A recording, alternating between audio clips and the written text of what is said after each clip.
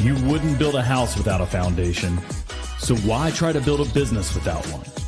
Grow your contracting business and grow your mind with Growth Mindset Monday. Hello, and good day, because some of you are East Coast and some of you are West Coast. Happy Monday. We are almost all the way through the great month of October. Why do I say great month of October? My birthday month. In fact, this is my birthday week.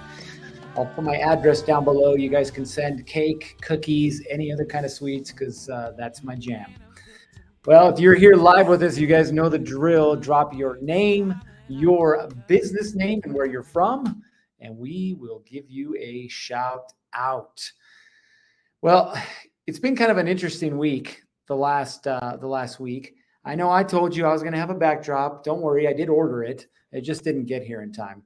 So Amazon dropped off the boxes on Sunday, and well, I didn't install it. So we'll get it in by next week. We'll have our studio up and running. We actually have the electrician here, the low voltage guy, running the cables, so we can finally, after 4 weeks, have internet. And I'm not connected to somebody else's Wi-Fi. Shh, don't tell. But what we really want to focus on this week is you guys, right? And more than anything, it's a conversation around your business, which is why we run this training to begin with.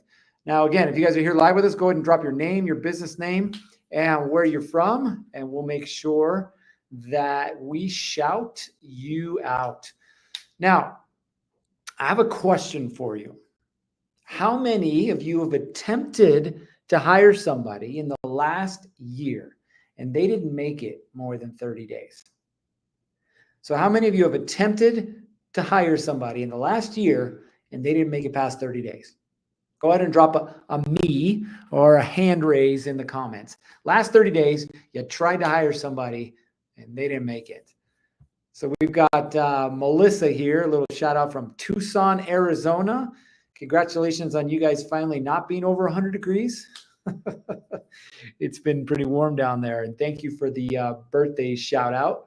So Melissa says that she's attempted to hire somebody in the last year and haven't lasted more than 30 days. We got Michael James with Express Home Design. And I have no idea how to say that. Chatakawa. Oh, geez. Butchered that one. He's from New York. We'll leave it with that. We've got Victor Rhino Builders out of Minneapolis. And then Natasha has said that she tried to hire somebody in the last 30 days. They didn't make it very long. And Michael, same thing. Haha, right? And it seems to be a kind of a running joke, this whole hiring process. Now, here's the next question, though. How many of you have found yourself blaming the economy, blaming politics, blaming Generation X, Y, Z, whatever we're on now, blaming something out there for the reason that you're not able to hire somebody and get them to stick? What do you think? How many of you? Now, while I'm waiting for your comments, and you can drop another me or a hand raise, right? It's the economy's fault. It's Trump's fault. It's Biden's fault. It's everything around this world's fault. It's the war in Ukraine. It's our school system. It's the lack of parenting, whatever. Go ahead and drop it in your comment section.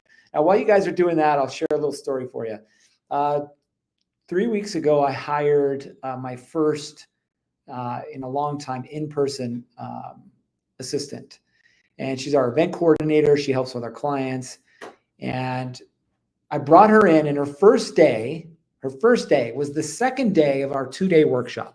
Now we run all-day workshops every quarter and sometimes on a monthly basis on different topics. Like this Thursday, we'll have a sales workshop that we're helping contractors build out their sales playbook. So she drops in day 2 of this 2-day conference. There's 25 contractors in the room. She doesn't know anything about contractors. She doesn't know anything about who I am and what I'm teaching other than the interview process that we went through. And I just have her show up, right? Now, I sit her in the back of the room. I hand her my cell phone and I say, okay, when I point at you, I need you to press play on the music. That's what I need you to do.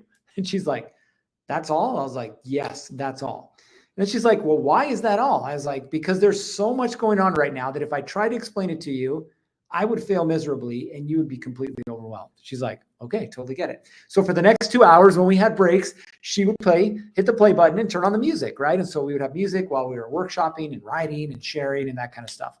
And then lunch rolled around. And I said, okay, all I need you to do is one thing. When the lunch shows up, here's the table. Just make sure it's all set up right. She's like, that's it? I was like, yeah, that's it. Cool. So she gets lunch set up, goes off smoothly, no issues. At the end of the day, I'm like, hey, how do you think it went? She's like, I think it went pretty good, but I don't think I had a ton of value. I was like, trust me, you did, right? And so we talked a little bit about this and then she left. Well, our follow-up appointment was on Monday. And that Monday, I bring her into the office. Now, this was going to be a short week for me because I was only going to be in the office Monday and Tuesday because Wednesday I was going to be in Arizona and Thursday and Friday, Thursday, Friday, Saturday, I was going to be in South Carolina. So I bring her in Monday. I'm like, okay, let's talk about all the things that I need you to do. And I went through this entire list, right? Everything from collecting payments for new clients, onboarding new clients, getting their profile set up, collecting personal information, helping me set up workshops, run workshops, make sure all the materials are ordered for the workshops, and I just went through this entire list and we were going for about 2 hours. 2 hours. And at the end of the 2 hours, I could see the glassed over look on her eyes. You guys know exactly what I'm talking about. She's like, too much information. It's a TMI, different kind of TMI, right? Now, why do you think that was? Well, was it because I wasn't being clear about what I expected from her? Was it because I wasn't being clear about how I expected her to do it? No, it was because I took all of this stuff and literally just shoved it down her throat. Mind you, I've been doing this for 7+ years. She shows up day 2 and I'm like, here, right? And somehow I expected her to know everything that she needed to know and do everything that I needed her to do. How many of you guys have found yourself in that exact situation, right? Whether you do landscaping, you hand them a shovel, you tell them to dig a ditch. Or you're doing roofing, you have them hand them a bundle of shingles, you say, okay, go shingle that roof. Or electrical, or plumbing, or whatever the thing is that you do. We just automatically assume that somebody's going to walk in, whether they're experienced or not, and know exactly what we need them to do and how we need them to do it. So how many of you guys have failed in that, right? I know I have. And that was my failure point. I should say my most recent failure point. And when I was flying on the plane to South Carolina, I realized that, hey, dummy, you were not very clear on what it is that you expected this person to do. And so now all of a sudden, here I am with this really good employee that got completely overwhelmed because I wasn't prepared for what I needed to be prepared for. And that's kind of the crux of the conversation today, right? Would we like to blame the economy, politics, the weather, Generation XYZ, something else with the fact that we can't either find or retain good employees? Sure. Stand in line like everybody else who's doing the exact same thing.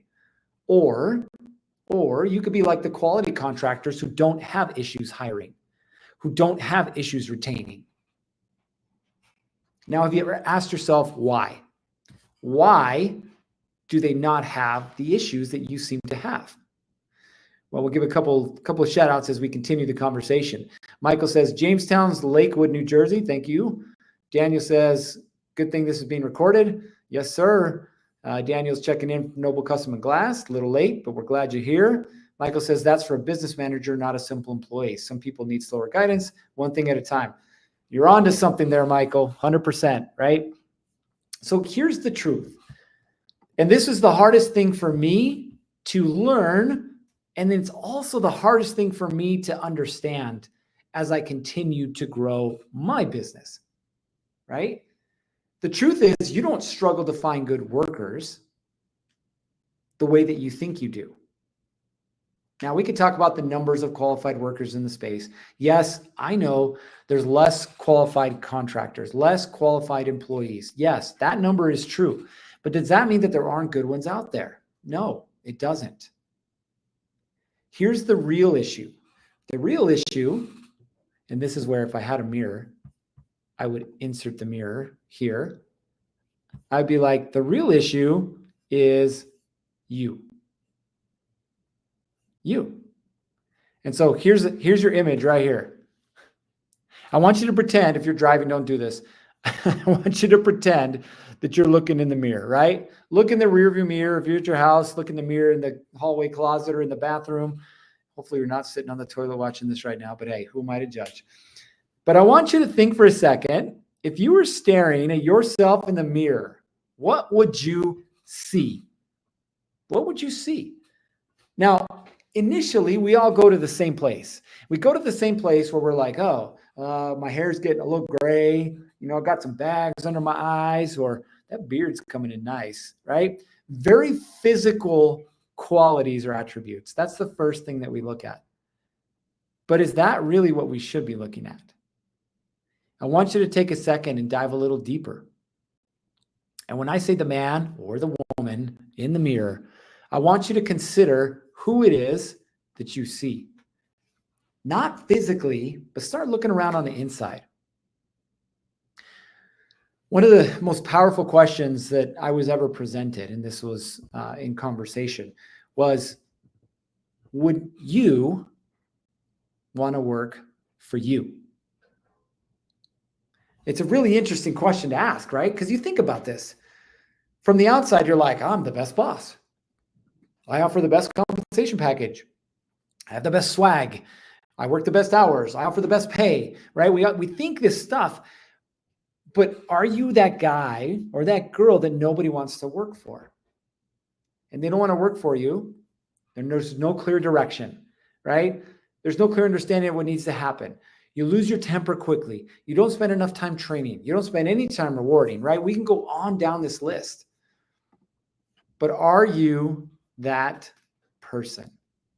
Are you that person that somebody would not want to work for? I want you to think about that as we continue this conversation, okay? Now, one of the books that we hand out, here's a little cheat code for you. One of the books that we hand out for all of our new clients is this one right here. It's called Leadership and Self-Deception. It was written by the Arbinger Institute. And you can see underneath here, it's got a title, Getting Out of the Box. Now, why do they talk about the box, right? Because I want you to think about it this way. If there's a problem with an employee in your business, or there's a problem with the way that a job is done, or there's a problem with one of your sales guys, or there's a problem with your secretary and the way that they're answering the phone, or there's a problem with your vehicle, any problem inside of your business, where do you look first? Where do you point the finger first? Where do you try to find a solution first? See, the problem that most business owners have, and that's including all you contractors, is we think that because Johnny was in charge of the job and Johnny didn't do it right, that's Johnny's fault. Now, you're not wrong, but you're also not right. See, because this is the way you have to think about things. Who put Johnny in that position to begin with? Who gave Johnny the clear roles and responsibilities that he needed? Who made sure that he double-checked to make sure that Johnny was doing the job the right way? Who made sure that there were checklists, policies, procedures, systems to follow to make sure that the job was done right? Who put a system in place to double-check to make sure that Johnny was doing the job right? Right? Who made sure that Johnny was progressing along with performance measurements to make sure that Johnny was the guy that needed to be in charge of the job to begin with?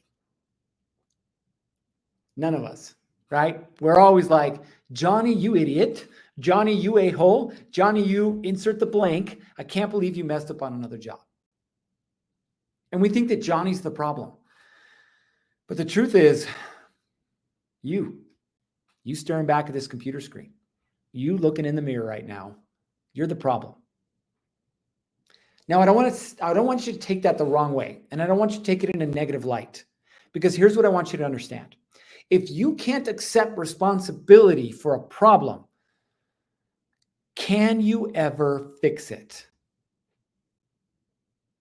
Think about it for a minute.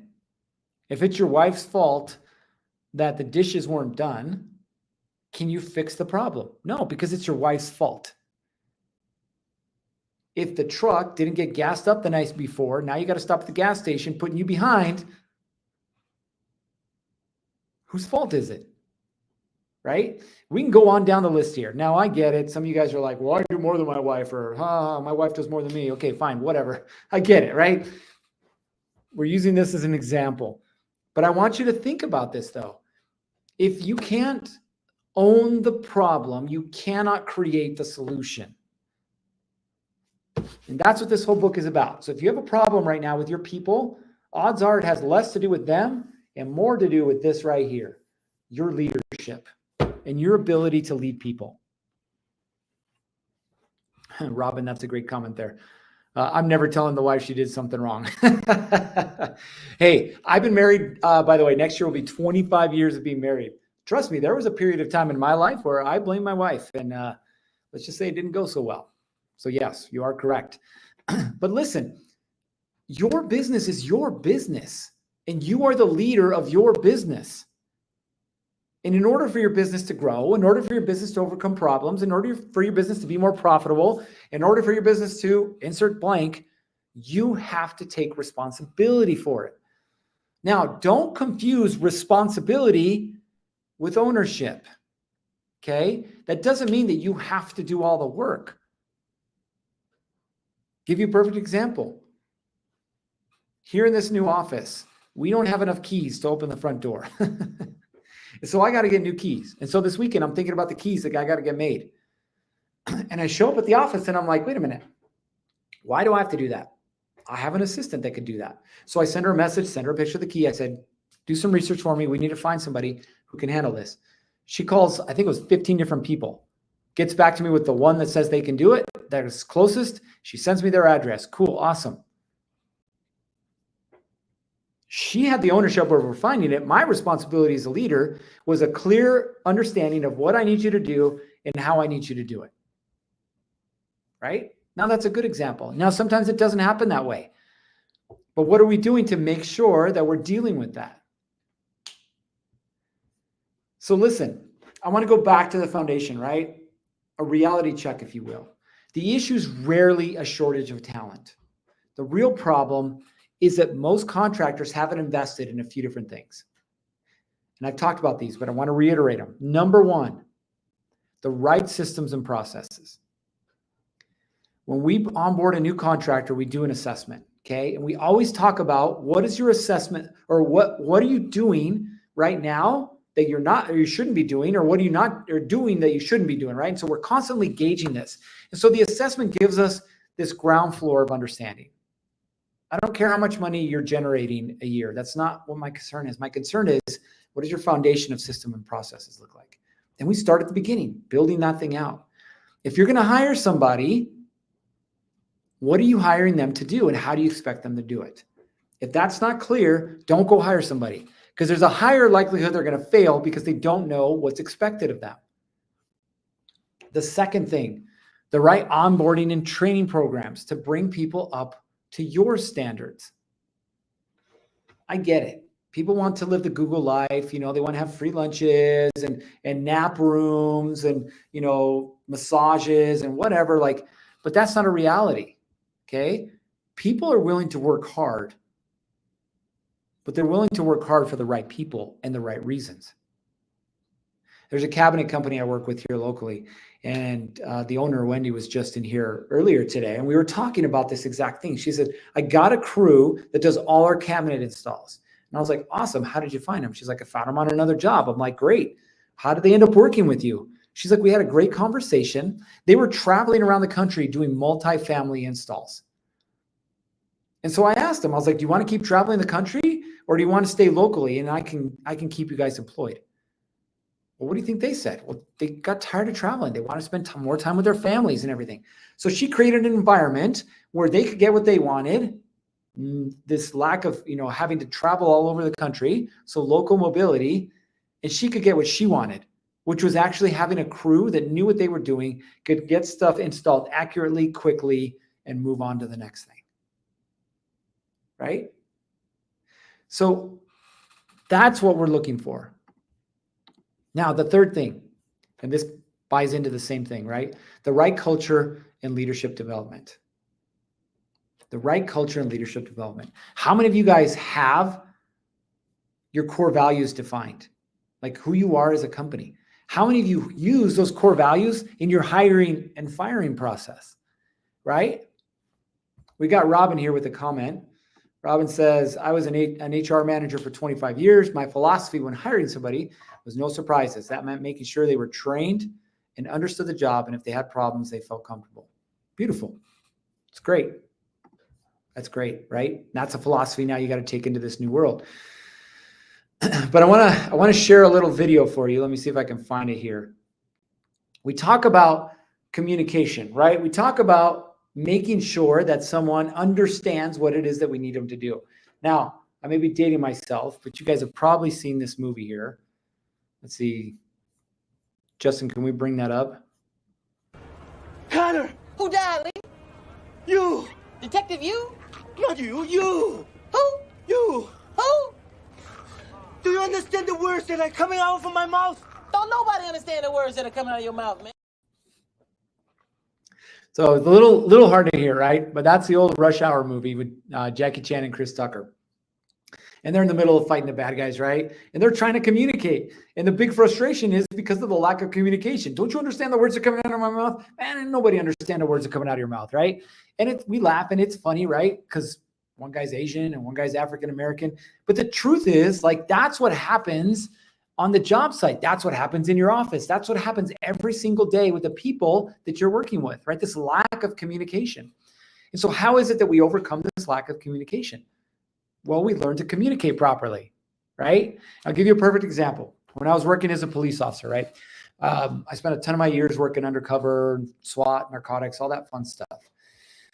Every time we would go out and do an operation, every time we would go out to the field, we would start with something called a briefing. And inside of that briefing, we had what was called an operations plan. What was inside the operations plan? What were we trying to accomplish? How were we going to accomplish it? Who was responsible for what inside of that operation? And then what were we going to do if things went sideways? That was it. What are we doing? How are we doing it? Who's doing what? And when you think about right now, either your day-to-day in the office with your office folks or out in the field with your field folks, how often are you spending time making sure that you're communicating so that everybody's on the same page? At the end of every briefing, we would do something called a brief back. It's exactly what it sounds like. Every person who was assigned a specific role or responsibility had to tell the person who was in charge what their role and responsibility was. And if they didn't understand it, that was their chance to make sure that they understood it. So what's the likelihood of us succeeding in an operation if everybody understands those three things? Think about your business. Think about how much time and energy you're spending making sure that people understand what their role is and how they're expected to accomplish it. What would the likelihood of success be if you did that? Guarantee it would be a whole lot higher. Now, I'm going to bring up books, man. You can audiobook this, but I'm telling you, books are your key to freedom. So Michael Hyatt wrote this book called Your World-Class Assistant, okay? Not a super long book. It's like 120 pages. I picked this up last week. Why did I pick this up? Well, I just hired an assistant. And I've had assistants before, but I was always a crappy boss because I'm very matter of fact in my communication style. feelings and me, like we're not the best of friends. So I'm more like, hey, this needs to get done. Go get it done. Hey, why didn't you get this thing done? Right? Very matter of fact, but it's not the best communication style. If I'm going to have a world-class assistant for a world-class business, my communication style has to change. So how do I create a world-class assistant? Well, it's by becoming a world-class leader. Catching my drift, right? If you want things to improve in your business, when it comes to your employees, it's your responsibility. It's your responsibility to improve the environment. It's your responsibility to have a clear vision, clear core values, and a clear plan of attack. It's your responsibility to hold people accountable, right? It's your responsibility to reward them when they need to be rewarded, punish them when they need to be punished, right? This is your culture. This is your business. And if you want it to go where you want it to go, 1 million, 5 million, 10 million, 100 million, it will never get there past your ability to lead, period. So if you want a business that succeeds in all aspects, that's your responsibility. But it's your responsibility, first and foremost, to become a better leader.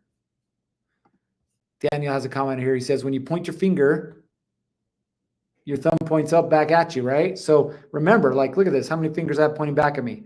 Yeah, that's because it's my responsibility, right? So here's the invitation that I have for you guys.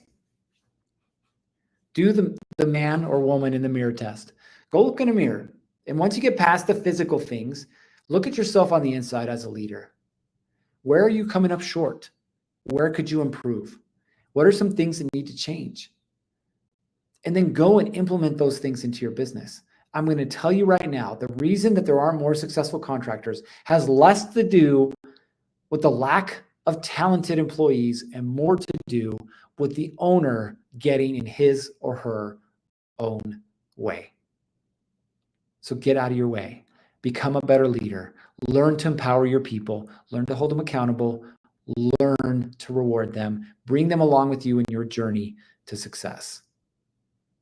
All right. You guys know what time it is. It's time for you to go implement some of the things that you learned. Time to get after it. 3, 2, 1. Off you go.